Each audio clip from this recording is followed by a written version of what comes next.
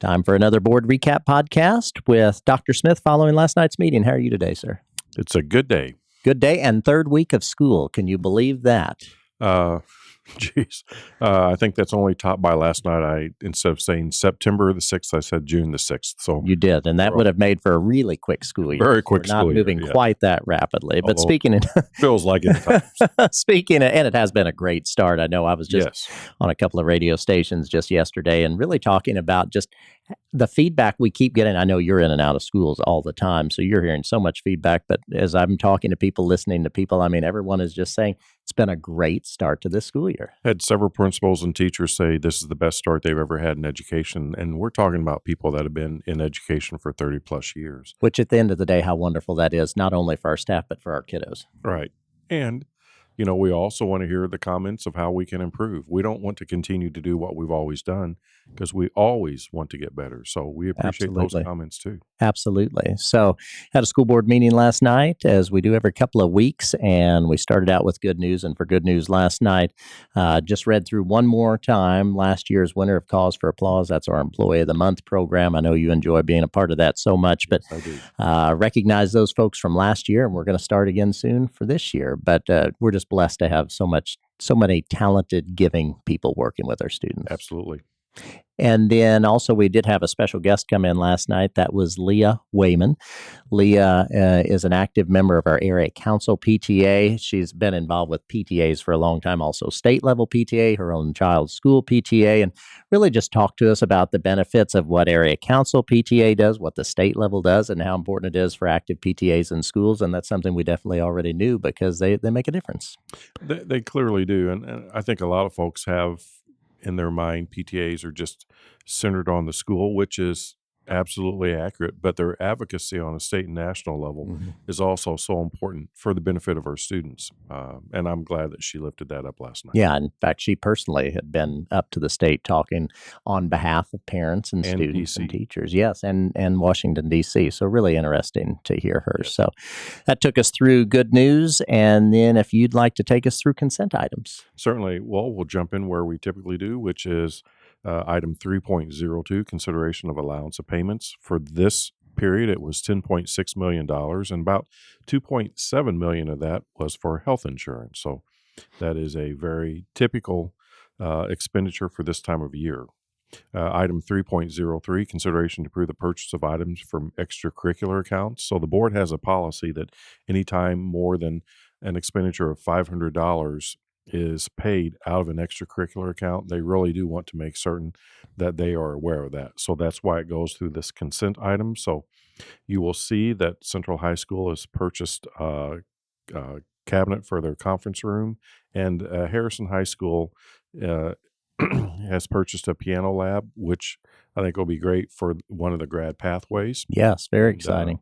Pleased that they raised $7,000, and then we were fortunate to contribute the balance, which was $10,599. Moving on then to item 3.04, consideration to approve grant proposals. So we had several this time. I'll go over them briefly. We're blessed to have several full service community school grants. If we are to receive this grant, then that would bring the total to 22 schools. And they really do have four pillars, as one can read. Integrated student supports, expanded and enriched learning time and opportunities, active family and community engagement, and then finally collaborative leadership and practices. So this is for up to $500,000 for a 5-year period of time for the 4 schools listed.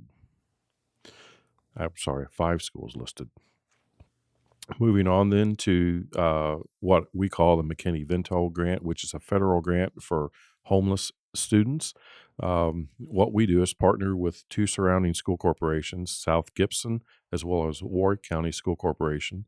And then this would be up to $95,000 for a 3-year period of time. So it's $95,000 a year for a 3-year period of time. And it really does provide capital for us to help students that find themselves in a homeless situation. And sometimes when you say find yourself in a homeless situation, we could have times where it may be a temporary type situation, but it does allow us to provide supports. And I think a key is some stability for students whose families may be going through some really challenging times.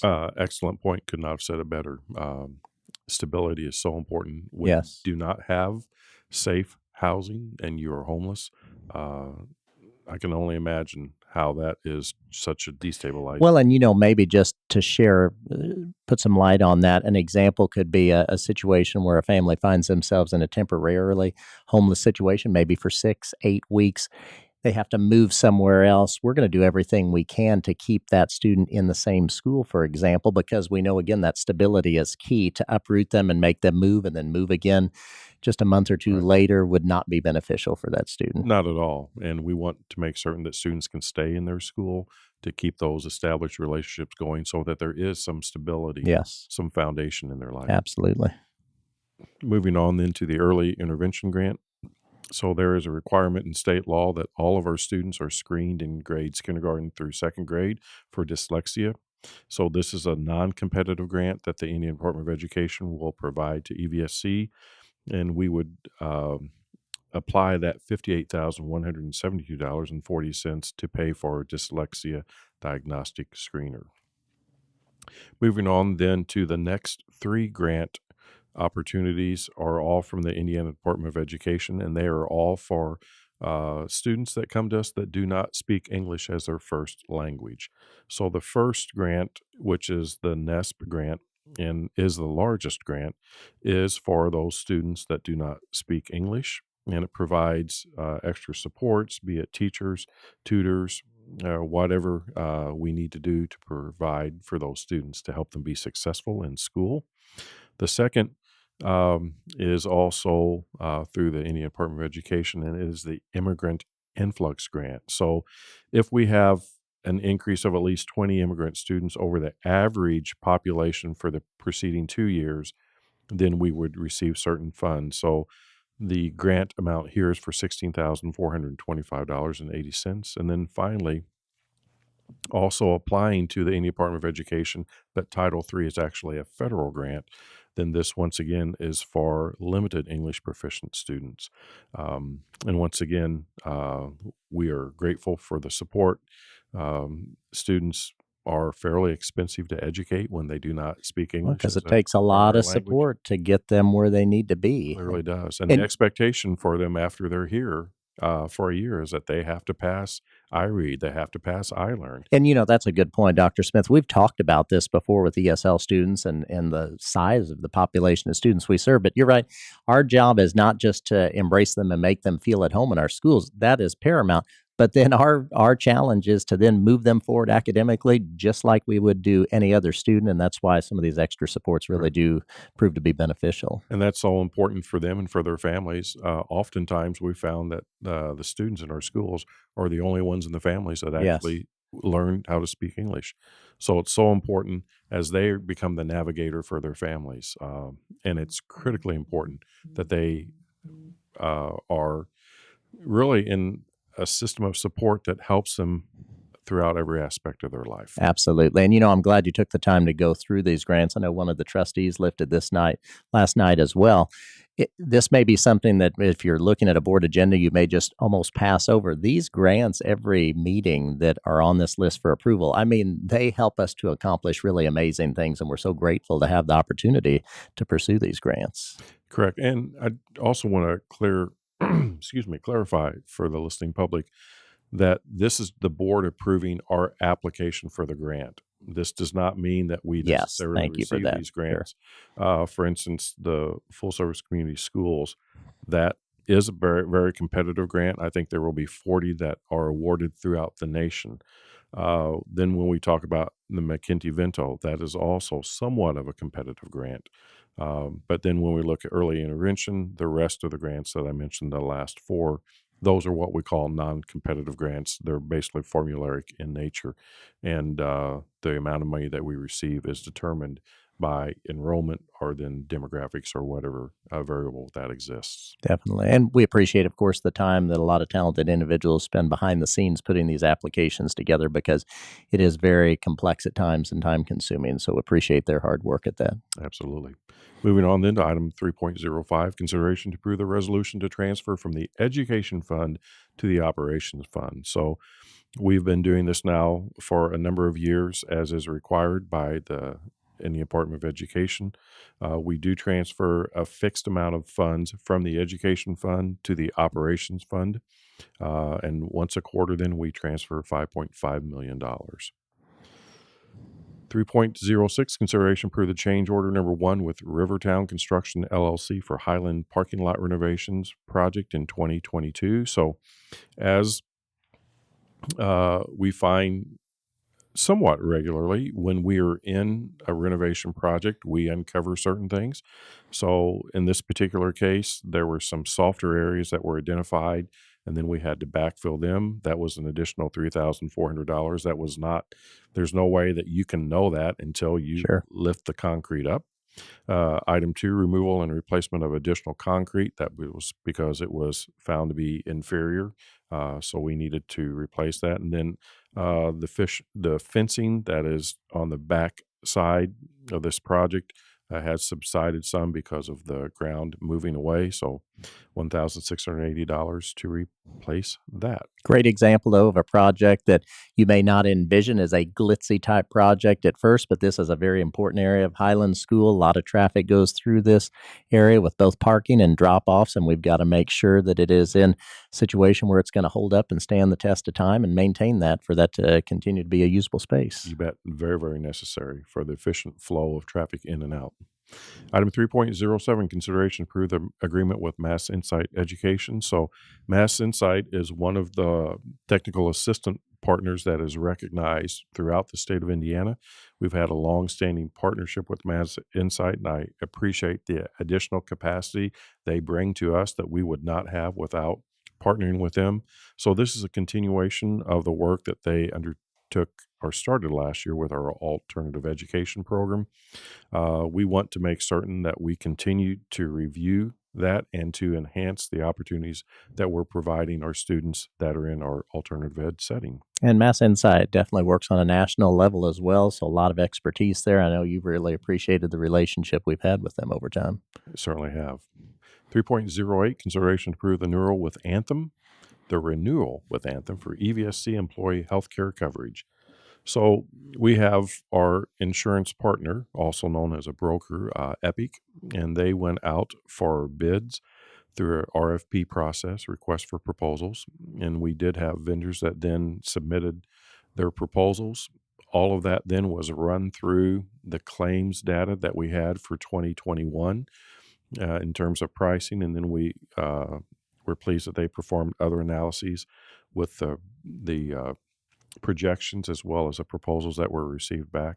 So it was decided that it was in the best interest of our employees as well as EVSC to stay with the program that we currently had. So we are going to remain with Anthem as part of their partially self-insured program. It's for 3 years at no rate increase for 2023, and then a 2% rate increase for 24-25. Just want to clarify that what Anthem does for us is we have access then to their discounts that they have with healthcare providers, and Anthem actually performs the administrative function for this. So that's what that 2% rate increase would be for 24 and 25, which is certainly below the industry standard. And it So, can't be overstated enough, and you've talked about this countless times. We do consider ourselves, when it comes to working with our employees, a benefit-rich corporation. It's very much much so. more than just salaries and wages. A lot of extra benefits that general public may not even see, but that's a very important part of the entire compensation package we offer, and a lot of time goes into spending or to making sure that how we're spending money for health insurance like this is where it needs to be for the overall sake of our budget. Absolutely. The example I used at the last board meeting, a teacher salary of $41,500, which is our beginning Sure. entry level wage. When you look at all the benefits that they are entitled to receive, that compensation package then approaches $80,000.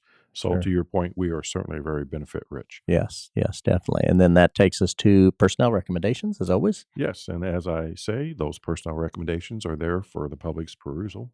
And then into action items from last night. So we had 3 action items that carried over before, and then 2 action items, 4.05 and 4.04, 4.05, that were indicated by Dr. Underwood that would be coming on as action items due to the requirement for the board to approve these. So 5.01, consideration to approve the adult school meal price increase. So as you know, annually we have to review and Mhm. adjust those prices. So that information was presented as information in the last board meeting and then approved this board meeting. Once again, I know from time to time the public says, well, gee, it seems like the board always votes yes. Well, in many instances, it is a requirement that they Sure. approve something. Meaning And they take formal action in a board right. meeting. So of these 5 action items that were voted upon in Monday's meeting, 3 of them were required by state or federal law. Yes. And all that information, then, well, you can see it here on board docs. We make sure all of our school board members, our elected trustees, understand all of the information that they need to know here to take action on items that really they're required to do so. And in this case, for 5.01, it's a requirement under the community eligibility provision. So it's not like we're just on a whim making these decisions. No, in fact, I think maybe at the end of the podcast, I'll be happy to go into further detail about the process that we take uh, to have something go from its infancy, if you will, Sure. to board approval. Okay. Board agenda. All right. Very good. Moving on to item 5.02, consideration to approve updates to policy 0100, which is definitions. And this basically then defined, there was some additional definition of school resource officer or law enforcement toward the end of this policy. Moving on then to item 5.05, consideration to approve the agreement with Riverside Insights. So their product, Easy CBM, is really going to be utilized to monitor our academic interventions as part of our MTSS system. 5.04 and 5.05, these are the topics that I spoke of at the beginning of this section, required by law for the board approve our bus replacement plan as well as our capital projects plan. And that's what the board did last night. And I would encourage the public to go on to our website and to review these 2 plans.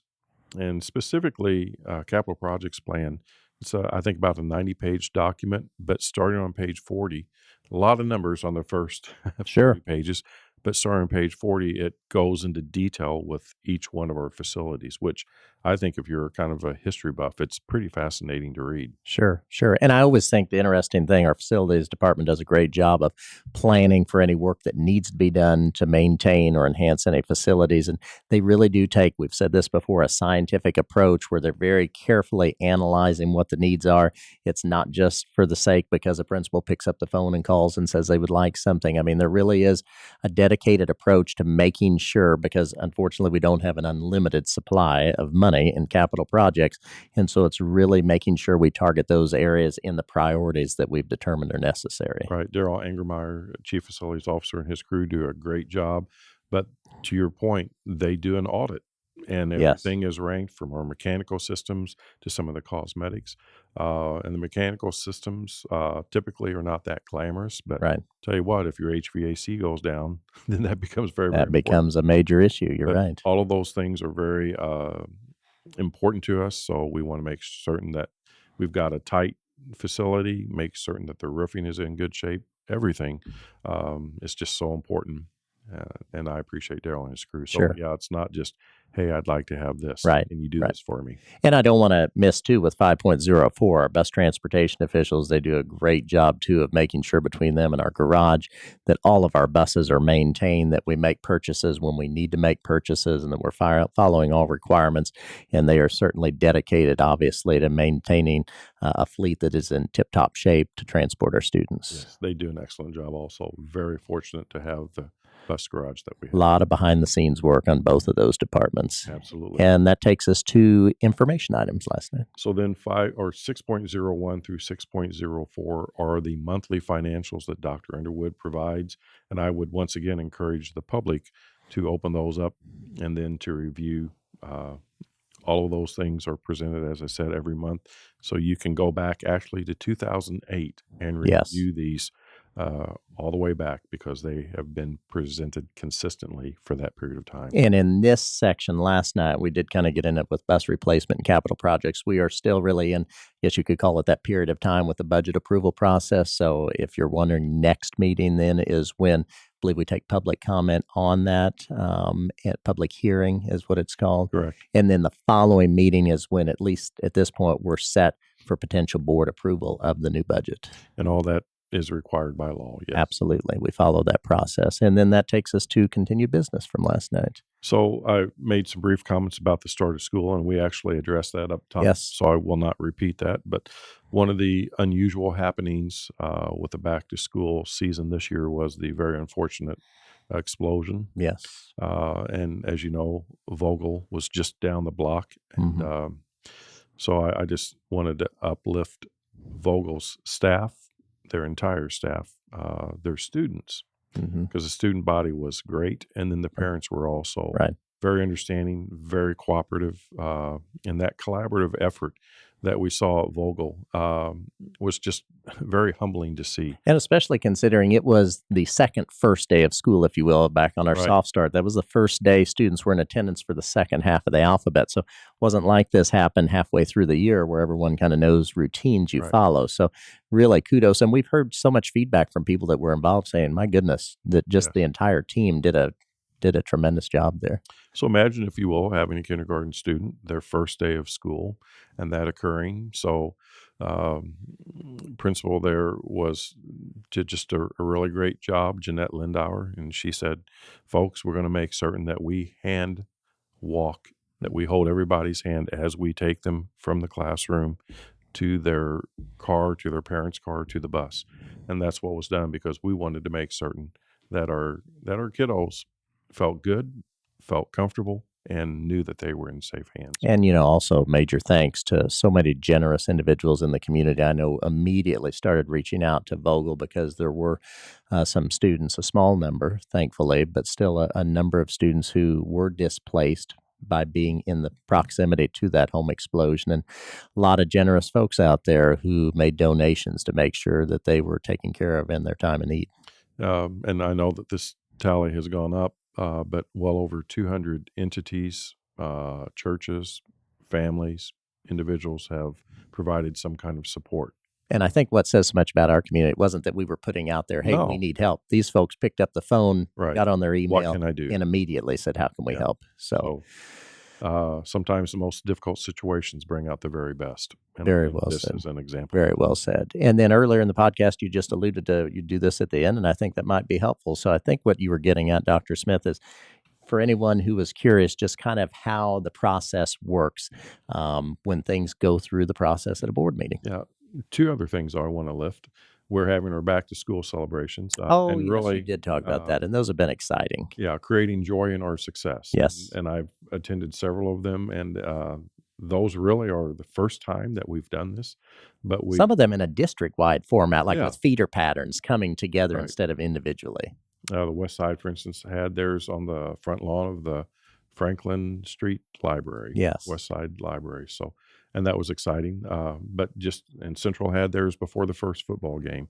Just a lot of smiles, a lot of people coming together. That's what community is all about. That's what our public schools are all about. So, and a lot of these are going to be tied. You're going to see this. In fact, I think you saw it Friday night. You were there. We've got our big United Way campaign coming up. EVSC is a big supporter of that. Our campaign's not until October, but for our employees. But leading up to that, schools are going to be doing different things. So if you're going to an event, if you have a child, a grandchild in school, you may be hearing about things going on where they can help to raise money that'll be added to the total to show where EVSC stands in supporting the United Way. But we're really excited about the possibilities of that. Yeah. And actually, it borrows on the continuous improvement process theme of better together. Right. I think just passing a bucket at Central generated almost $500. So. Yes. Generosity of of our community once Yes. again. And then finally, I talked a little bit about the State of the Schools. As you know, it's a 3-part series this year. Yes. So last Tuesday was actually the second part of the 3-part series, and it was a deep dive into GAIN. The last portion of this 3-part series then will occur on November the 15th for Rotary. But what was unique about last Tuesday's presentation was we had 2 outstanding teachers Veteran from teachers. Delaware. Yes. Stephanie Kennedy and then Jance Johnston. Thank you. And I think Stephanie has over 20 years. Mhm. Jance has over 10 years of experience. Phenomenal teachers. I would have been so grateful to have had them as my kids' teachers. Definitely. But they spoke about how GAIN has impacted their work. And Stephanie, I think, spoke eloquently to, I wish I would have known this when I was just a beginning teacher. She did say that. She said, thinking back, she wishes she would have known then what she knows now. And then Jance also talked about how he actually uses this in his personal life and in his classroom. Yes. But just what a blessing they are to our school and to our community. And when we talk about GAIN, we're just at the very beginning stages of implementation, the first of 3 phases, if you will. Delaware has implemented and has piloted some things for a few years, but both Stephanie and Jance's classrooms, they had the highest growth of any 6th grade class in our entire district. That Proof says a that it lot. works. Yes. You bet. Yeah, it definitely says a lot. I know from being there last week, you could tell the audience just really, they appreciated hearing all of you who were speaking, but especially hearing 2 folks who are in those classrooms, and you had been in their rooms actually Absolutely. a couple of days before, and just to hear their take on things as veteran educators, you could tell they know what they're talking about. They've embraced what we're doing with GAIN, and it's working, and it shows, and they were a testament to that. Absolutely.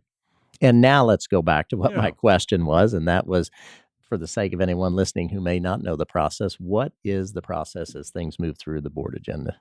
Well, it takes a long time, but let me step back a little bit further. First of all, the board is elected officials. They are the governance side of EVSC. 7 of them representing Vanderburgh County. Absolutely. So they are the governance side. And then one of their major responsibilities is to hire the superintendent, who then staffs the staff side of the equation. So the school board is the governance, and then I and the rest of our team then are the staff side. So you could say that I work for 7 people. I think that's a fair statement. Yes. 7 people that represent 181,000. Yes. But it's important to note that in working for those 7 people, I take a great deal of pride, and my whole team works very hard to get yes votes. Think about that, folks. It's not like the mayor and the city council. No. It's very different. Yes. I work for the school board. And if I'm doing my job, if my team, if we're doing our job, then we are giving the school board every bit of information they need to make an informed decision.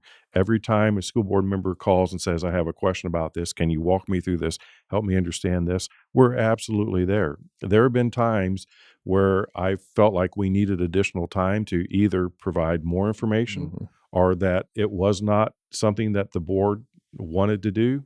We would pull it off until we had more time to either get their questions answered or to make certain that we were all in a good spot.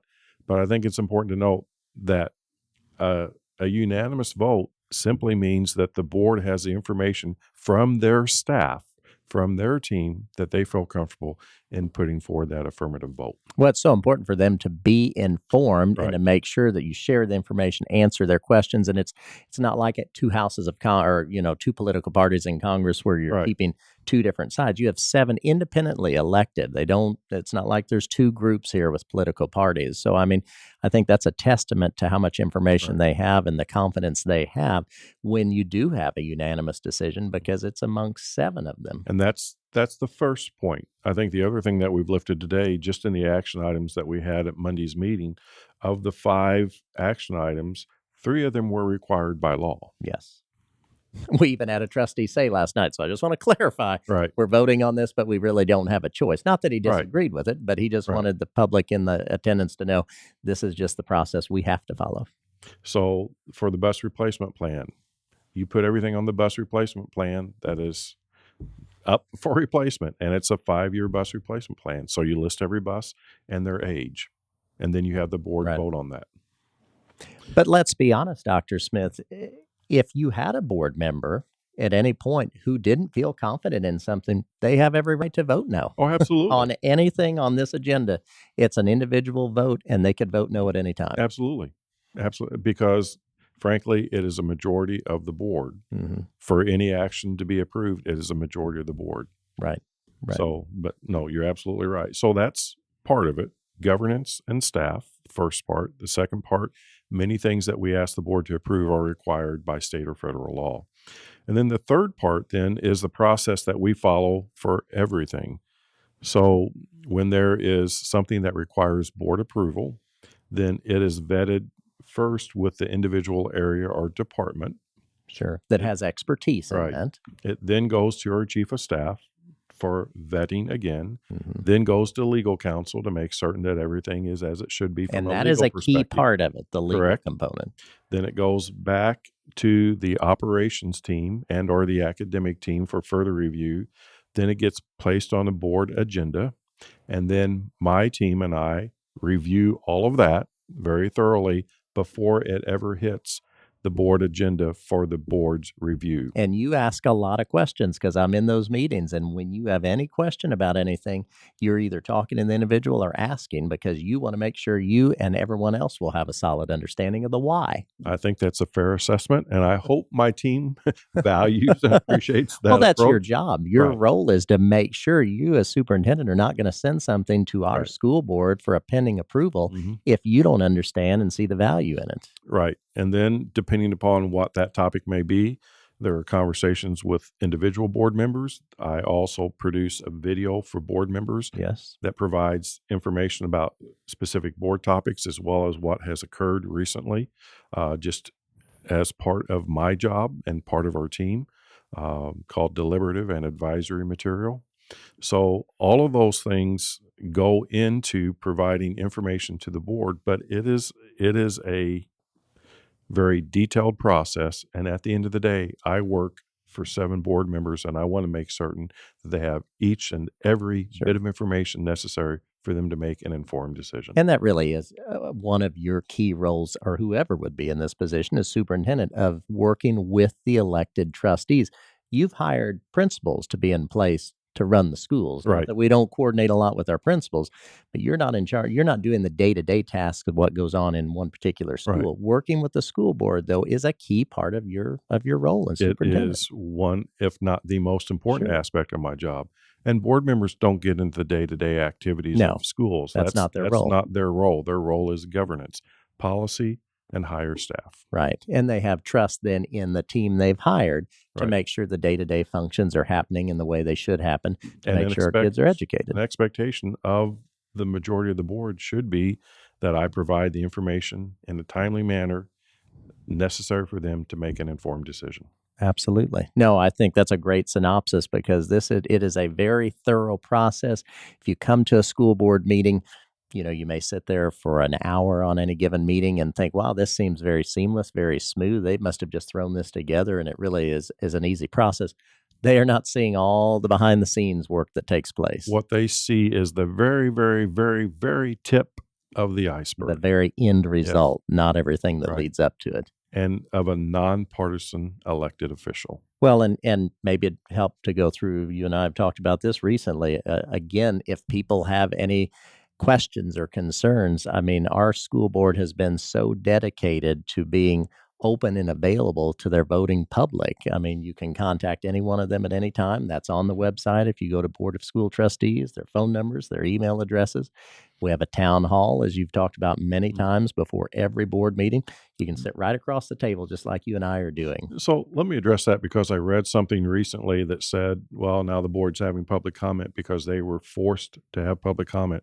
The board went away from public comment because individuals that spoke at public comment Yes. said, hey, how come you don't respond to me? I just Right. I I just wanna have a want to have a dialogue. dialogue. So we Yes. said, okay, we'll do that. So Right. the board did not have to take on the town hall approach. No, no, But no. before every board meeting, board members are there. Any member of the public that wants to engage in dialogue, On any topic. right, on Any topic.